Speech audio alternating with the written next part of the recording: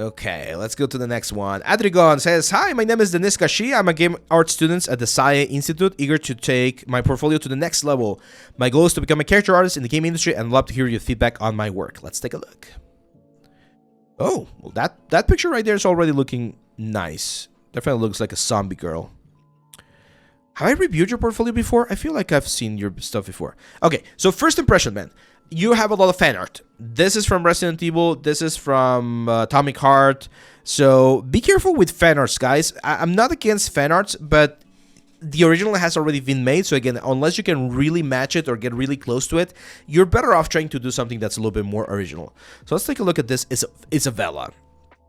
Crimson Crown Studio progresses. Okay. We definitely need subsurface scattering going on here. Her skin looks too pale. So here's a very simple thing that you can do. You're gonna do this in substance, of course, not in this element. But what usually happens is areas that are a little bit like farther away or closer to that they're a little bit. Let's grab the airbrush. There we go. So I'm gonna start like adding a little bit of red on this area. Maybe a little bit of red on this area. Here, right? And then if we set this layer to something like a soft light and lower the opacity. Can you see how that really helps bring the skin, make it look a little bit more alive? I know she's supposed to be like a vampire or something, so it doesn't mean that you need to make it super alive, but it's gonna make it look a little bit more interesting, okay? It's such a simple change, such a subtle thing, but in texturing, it's very important that we add a little bit of variation to the skin. The character looks fine, and I like the fact that you are able to pose it and animate it a little bit. So that's pretty nice. I do feel like her hair looks a little bit, I don't know, like cardboardy. You might want to add a couple of subdivisions. And it's the rendering. The rendering looks a little bit fakeish. I'm not sure where you're rendering. It says Unreal Engine. I'm not sure if you're using Lumen or things like that. You might want to do that if possible, because I do feel like it looks like old games. I'm not sure if that makes sense, but this is a good character, man. I really like it. Just breakdowns. Add some more breakdowns. Oh, there you are. Yeah. Add some more stuff here, because I do feel like there's too much contrast going on, and there's not bounce light or anything. It's another character. See the female character? Kind of looks like a female character. Okay, we have some breakdowns. Topology is fine. Yeah, that's good stuff, man. Yeah, you have a good handling of the process, man. This Templar Knight. Nice.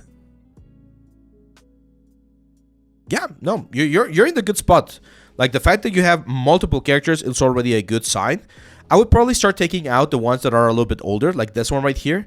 Kushikake Ona. I mean, it's not that, but no, yeah, the hands are a little bit wonky. So yeah, maybe this one, especially since it's very similar to this Isabella one, you might want to take this one out and work on your presentation. Guys, the thumbnails are very important. Remember that the thumbnails are the first thing that people see, and if people are not seeing something clear, it's going to be difficult for them to actually click on your element. So this one is fine, the Isabella or the Vela fan art, because I can really see what's going on. This one a little bit overexposed. We can work a little bit more, but like this one right here, it looks very cool, but I don't see anything. Look at that, super dark again. So be very careful with your dark renders, guys, because otherwise it's going to be like people are just not going to click on it. And we might actually be able to see it here.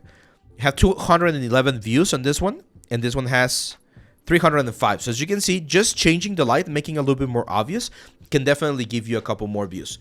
Now, I know that we sometimes feel like we are spamming too much on social medias, but if you want to get more views, you need to share this link in more places. Share it on your Instagram, share it on your LinkedIn, share it on your Facebook.